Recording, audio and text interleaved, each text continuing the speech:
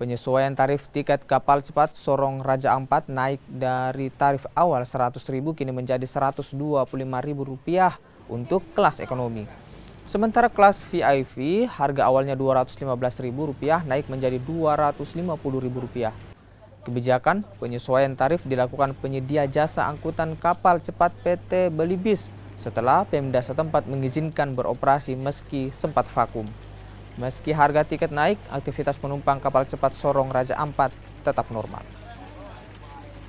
Tetap operasi, memang beliau ada kirim surat, tapi malamnya kita langsung konfirmasi untuk kembali menyesuaikan harga dari permintaan Pemda dari 140.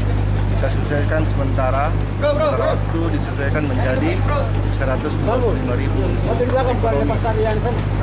Namun untuk VIP tetap dengan harga 250. Itu permintaan sementara dari Pemda Raja Ampat dan itu sudah kita laksanakan mulai kemarin.